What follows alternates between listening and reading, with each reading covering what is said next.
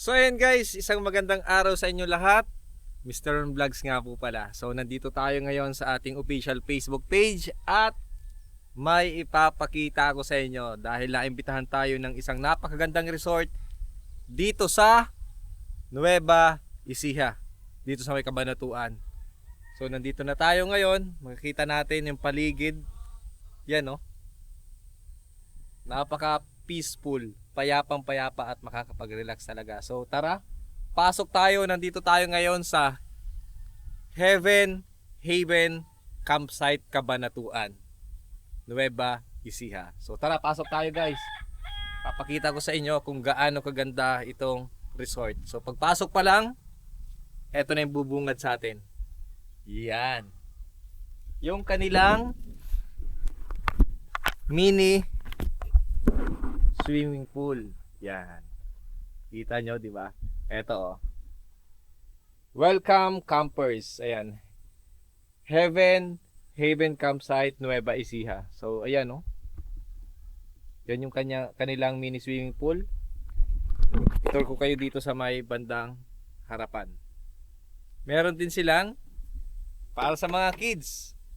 Ito nga palang resort na to ay pang pamilya. Mga barkada, family bonding or barkada gathering. Pwede ring pampa-relax. So nandito tayo ngayon para ipakita sa inyo. Ito, meron ditong para sa mga kids, para hindi naman sila ma-boring o ma-bored pag nandito sila. So habang pwede maglaro, pwede ring mag-swimming. So ito yung kanilang harapan. Ganda oh. Ito yung kanilang kubo type. Yung kubo type nila meron parang balkonahe. Meron din siyang malaking kwarto. Yung kwarto na yan ay naka-aircon. So tara, pakita ko sa inyo.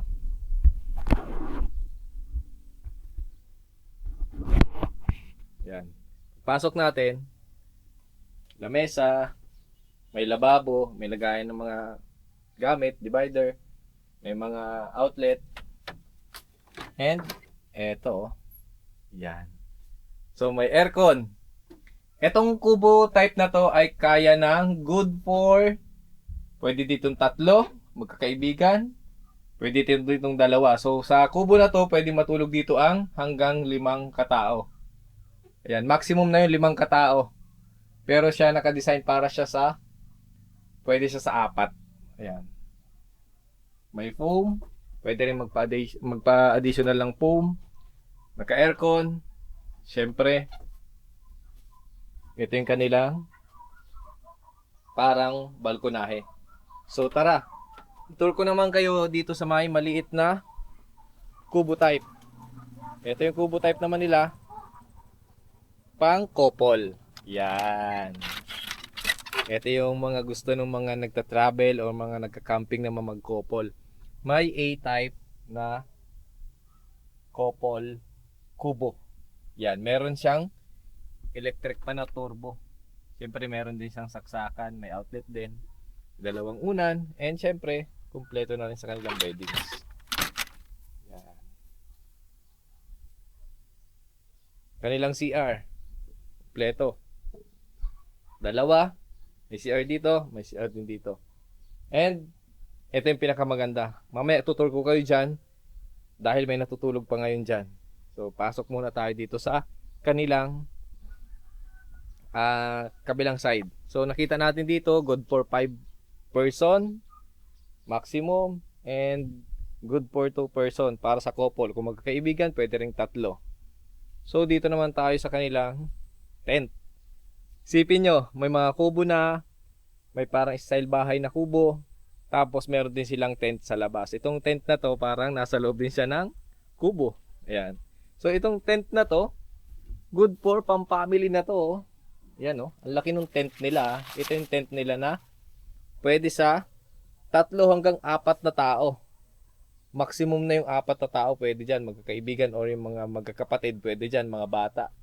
2 set yan. Yan.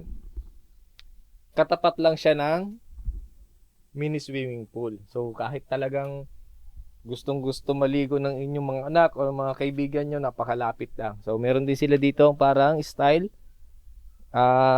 kusina or kainan. Pwede rin dyan mag-bonding, mag-chill, mag-inuman, pwede rin dyan. So, ito yung kanilang kubo na parang katulad dun sa nasa harap. Ito yan, good for 2 to 3 person din. So, nandito yung mga camping chair.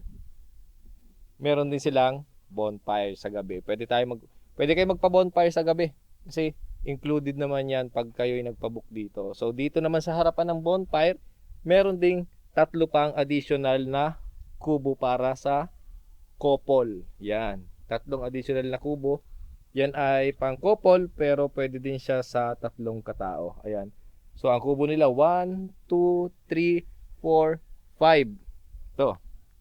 Tapos may 2 tent, tapos may 2 malaking A-type na kubo. So, ito pala ay pwede siyang maximum up to 20 to 25 packs. Yan, 20 to 25 packs. Ito yung kanilang swimming pool. Yan, mini swimming pool. Okay. Pakita ko sa inyo yung overlooking, oh. Yan. Yan yung paligid na ito, guys. Napakatahimik. Wala kayong maririnig na kahit ano. Ayan, oh. Huni lang ng mga ibon, tahol lang ng mga aso sa umaga, mga manok, pabo. Ayan, maraming mga ano dito, mga hayop sa paligid. Malawak din yung kanilang parking para sa motor, para sa 4 wheels. Pakalawak. And also, meron din pala silang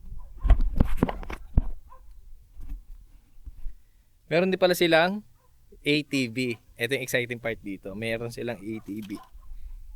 Ito yung kanilang ATV. Yan. Ito yung ATV na magagamit nyo pag nandito rin kayo. Ito yung area na pwede kayong mag-ATV sa umaga. Lalo pag gising nyo, gusto nyo yung makita yung sikat ng araw, yung ganda ng paligid, pwede kayong gumamit itong ATV nila. Ayan. Sulit yan. Diba? So ilalagay ko na lang dyan sa comment section kung magkano yung kanilang rate. Pero actually, parang kung 20 to 25 packs lang kayo, parang pumapatak lang na nasa 200 to 300 pesos per head. Kasi parang ang alam ko, 6,500 yung buong campsite nito. At take note guys, ito nga pala ay pag binook nyo siya, solo nyong ma-accommodate itong buong area na to. Ayan, pag mula doon hanggang doon sa kabilang dulo na yun, as in itong buong haba na to na area, ay pag nabook nyo po, solo nyo lang talaga, exclusive lang para sa inyo. So saan kayo makakita ng ganong parang marerentahan nyo isang buong lugar na campsite sa halagang 6,000 plus pesos, ma-enjoy nyo na. May 2 napakagandang kwarto, mga aircon yan, aircon yun, aircon din ito. Tapos dito kahit hindi na kayo mag-aircon kasi malamig po dito sa Nueva Ecija, hindi ganun kainit, malamig. Tapos yung kanilang swimming pool, katamtaman din yung lamig ng tubig. Tapos kumpleto. Pwede kayo ditong kumain, pwede mag-enjoy ang mga bata at napakalawak ng area. Ipapakita ko sa inyo yung drone shot nito. Ito yung drone shot niya, no. So, 'di ba? Napakalawak at napakaganda ng lugar. Mapapansin nyo dito sa ating drone shot, napaka-peaceful ng lugar. Tapos yung paligid niya, check nyo naman yung paligid, oh. Walang kapitbahay kumbaga.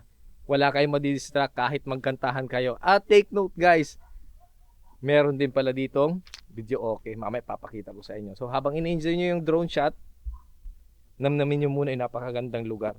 Tapos yung paligid niya, kitang-kita naman natin. Sabi ko nga, walang kapitbahay. Kahit magsigawan kayo dito, maglabas kayo ng sama ng loob, walang magsasaway sa inyo kasi nga walang kapitbahay. So tara, ipakita ko sa inyo. Baba tayo.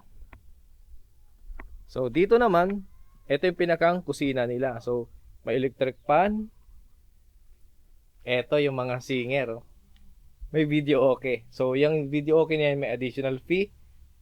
Hindi pa siya doon included sa 6,500 or something. Ito ay separate na bayad dahil iba yung pinagre-rentahan ito. So meron din siyang ano bang tawag dito? Hang rack o hanging na upuan. Ayan, may tubig, may lamesa, may mga upuan. Maraming upuan. Pwede kayo dito magluto, pwede kayo magdala ng inyong mga pagkain na lulutuin. Pwedeng pwede. Meron silang